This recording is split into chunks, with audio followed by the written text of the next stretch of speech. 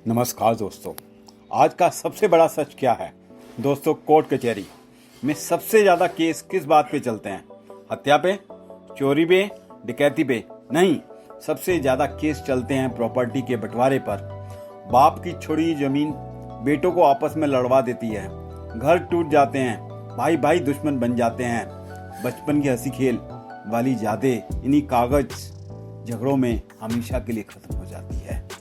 दोस्तों सच मानिए, आज हर शहर, हर गांव, हर कोर्ट में हजारों केस पेंडिंग पड़े हैं। बेटा बाप पर केस करता है, भाई भाई पर केस करता है। जमीन के एक टुकड़े के लिए रिश्ते जलकर राख हो जाते हैं।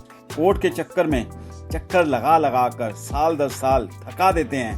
वकील की जेब भरती है, परिवार खाली हो जाते हैं। जिंदगी का आधा हिस्सा अदालत के बाहर खड़े खड़े बीत जाता है। और जो प्रॉपर्टी मिलती भी है उसे एंजॉय करने की बजाय दुश्मनी की नज़र से देखा जाता है। लेकिन दोस्तों, आज मैं आपको एक स्टोरी सुना रहा हूँ। इस स्टोरी से उस बुद्धिमान आदमी ने इसका सलूशन आज के युग के लिए भी बताया है।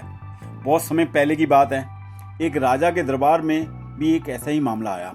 दो भाई लड़ते हुए राजा के दरबार में पहुंचे। वो लड़ किसके लिए रहे थे? जमीन के टुकड़ों के लिए और प्रॉपर्टी के झगड़े में उलझे हुए थे। कोई हल नहीं निकल रहा था, तो इतना झगड़ रहे थे, राजा को भी कोई प्लानिंग नजर नहीं आ रही थी, कोई सोल्यूशन नजर नहीं आ रहा था। तो उसने अपने बुद्धिमान मंत्री को बुलाया। तो अब मंत्री ने उनको सोल्यूशन देना था। तो मंत्री ने उन दोनों को कहा, आपको मेरी दो बातें माननी पड़ेंगी, और यदि मानने के लिए तैयार हो तो मैं आपको सोल्यूशन बताता हूँ। तो उसने अब जो समाधान उस मंत्री ने निकाला वह इतना अद्भुत था कि आज भी सुनकर इंसान दंग रह जाएगा। मंत्री ने कहा, डिवीजन बड़ा भाई करेगा। छोटा भाई उछल पड़ा, ये तो अन्याय है।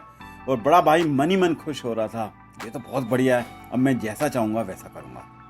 तो मंत्री ने कहा, अभी मैंने सिर्फ एक कंडीशन बताई है, सेकंड कंडीशन नहीं बताई है। और सेकंड कंडीशन सुन लो, फिर उसके बाद आप लोग फैसला करना। और जो सेकंड कंडीशन थी, लेकिन जो चॉइस है, जो वो डिस्ट्रीब्यूशन करेगा बड़ा भाई, और जो उसको चूज करेगा सबसे पहले, वो छोटे भाई के पास हक होगा। बस इतना सुनते ही दोनों भाई चुप हो गए। बड़े भाई को समझ में आ गया, अगर उसने बेईमानी की तो छोटा भाई बड़ा हिस्सा चुन लेगा, और अगर बराबर बांटा तो किसी के पास कोई शिकायत कम नहीं बचेगी। दोस्तों यही हुआ, प्रॉपर्टी बराबर बढ़ गई और झगड़ा वहीं खत्म हो गया। यहाँ से शुरू हुआ था।